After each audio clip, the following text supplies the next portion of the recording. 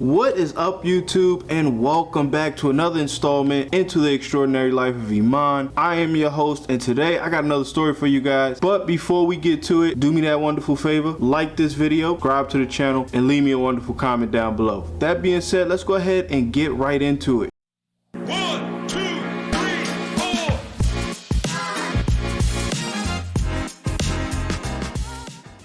So this story today actually happened a few months ago. This is actually a recent story. It was a normal day out there. I was on patrol, so I was in uniform. I was doing my thing. I was having a good day. I was actually talking to people and, going to calls for service, the usual stuff. And a call actually came out to 911 dispatch concerning someone who was basically driving under the influence of alcohol. We have good people where I'm at, so they do actually care. So they do actually call in citizens who are driving under the influence. They do call. They call us a lot. So this isn't a real big deal. This one was a little bit different because a husband was calling about his wife. He was specifically calling to get his wife arrested. He was specifically calling because he was driving behind his wife and he wanted her stopped and or arrested for driving. The husband was on the phone with 911 dispatch the whole time. He was literally giving us play-by-play of what was going on, where their location was, and basically continuously requesting units to respond to his location to take the wife into custody. According to him, the wife was actually trying to get away from him the whole time. It basically turned into a mini car chase. Like, she was driving a little bit wild because she would make U-turns, she would make lefts, she would make rights. She was trying to get away from this dude, and he just continued to follow her and continued to call us to let us know where he was. 911 dispatch even told him at one point to leave her alone, to get away from the vehicle, give us the description, the tag of the vehicle, and we'll find it. No, he continued to follow her this entire time. The wife did eventually lose him though, so he did eventually pull over, and I did respond to his location so that I could actually talk to him and file a report appropriately, and I can go out and find her on my own. I told him to meet me at a gas station. He pulled over, I came, and we began to converse. At first things first, I did confirm that they were married, they have 6 kids together, and that basically the husband is a total piece of shit. Like, while I was conversing with him, he literally was calling his wife all kinds of names, calling her out of her name, insulting her parenting, saying how useless she was and how much he wanted her to go to jail. But on the flip side of things, he would praise their kids. He would literally show me pictures of the kids. He would literally have them running around the parking lot showing me how good at sports they are. He threw a football at one, a basketball at the other, the usual stuff, showing off your kids. But yet he was adamant about insulting his wife. It got to the point where I even said to him, yo, my man, your kids are half of your wife, right? And he acknowledged it, and then still continued to bash her and paint her in the worst light possible. Nevertheless, I did actually get what I came for. I got all her unique identifiers, got a picture of her, I got the tag for the vehicle, the make, the model, all that good stuff that I needed to find her.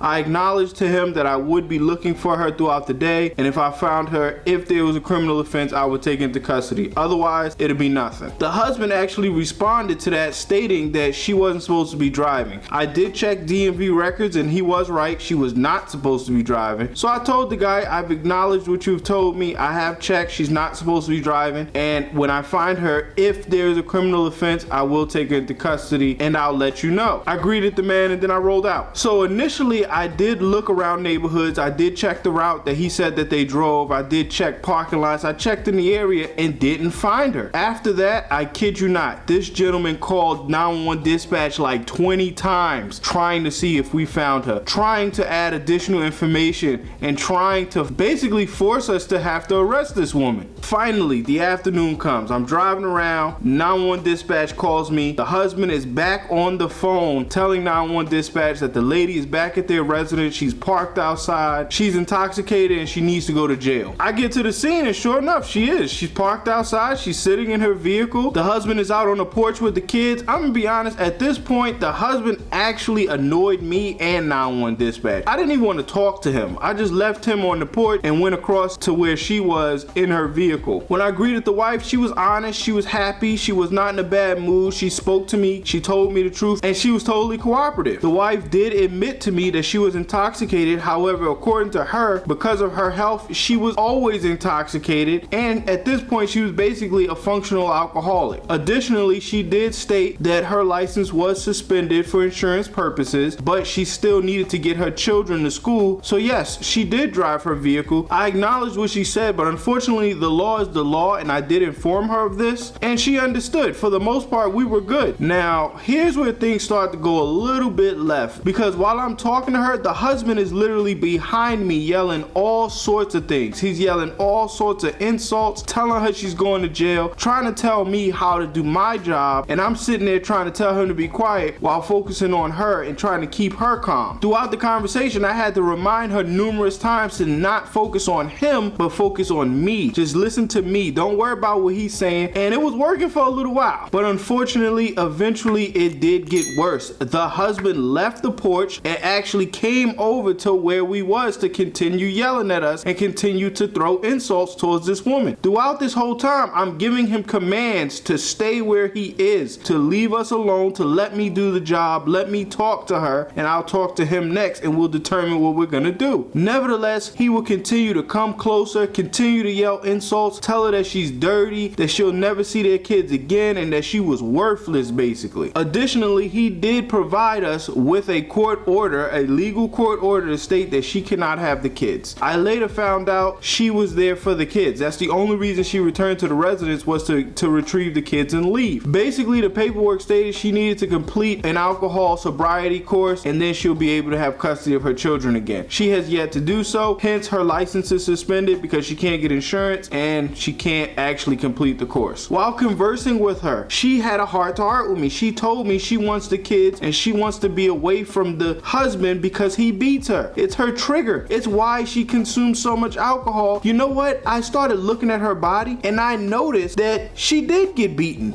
She had bruises that were healing up. So it was something obviously going on here, and he obviously was the abuser and was trying to manipulate the system so that she can go to jail and never see her kids again. Please keep in mind that during this entire time, the husband is still behind us, still yelling, still acting crazy, still telling her she's gonna go to jail, still calling her out of her name. While I was talking to her, I could see that she just about had enough. In her face, I could see it was about to go down. I could see she was at that tipping point. Another thing to note is at this point, I wasn't gonna take her to jail. All I was gonna do is write her a ticket for driving while suspended and being intoxicated. But other than that, I wasn't gonna take her to jail. She was at home. I was gonna tell her to go inside, take a nap, sleep it off, pay your ticket, and we'll be done. So now, as I'm trying to keep her calm, the husband comes right behind me, right over my shoulder, and yells, and I quote, "You dirty drunk bitch, I'm gonna get someone better to take care of my kids and you'll never see them again. You have a nice life in jail." Y'all, that was it. I saw it in her face. I saw the body tense up. All the assault indicators were there, and she sprung into action. So at that point, the wife literally jumped up. She yelled, "If I'm going to jail, I might as well give you a reason to take me to jail." She literally pushed me out the way and went straight towards the husband. And listen, when I tell you she wasn't playing, she literally ran up to that man,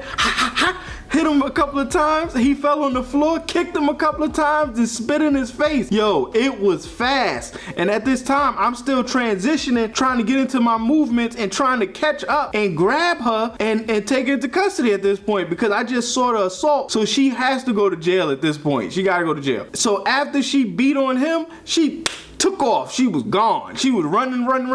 And I'm trying to catch up, giving her commands to stop, getting on the radio, you know, getting some help, give me some units. She actually turned around and put her hands up and swung at me. She was ready to go. She swung at me and missed. And unfortunately for her, that was her mistake. Because of her momentum, I literally grabbed her arm and threw her in the arm bar, twisted her around, and slammed her on the floor. It was outstanding. It was literally textbook. It was great. All the while, she's literally yelling, acting crazy, and the husband is across the parking lot at this point yelling as well. "You going to jail, you're going to jail," and he's recording the whole thing. So I do get her in handcuffs eventually. I put her in the recovery position to check for injuries, make sure she doesn't have any weapons or anything like that on her. I get her to her feet and we're walking to my car. By this point, my supervisor done got there, other units are there. We're talking to the husband. We got EMS services en route to the scene so we can get some help there. At this point, I sit the wife in the car. She is bleeding. Her mouth is bleeding. Her nose is bleeding. She's got tears in her eyes coming down. It was a wild thing. I looked at her in her face and I said, why did you do that? Why did you let him win? She continued to cry. I had EMS come look at her. They said she was okay. I told them she's going to jail. Of course, in my peripheral vision, I could see the husband over here talking to my supervisor, telling him, yeah, I saw it. I'm gonna write it down. He wrote his statement out saying how she attacked him, how she attacked me. It was great, you know, obviously for evidence of the crime, but it was pathetic. It was straight pathetic on his point. We got him medical attention and he did eventually go back into his residence.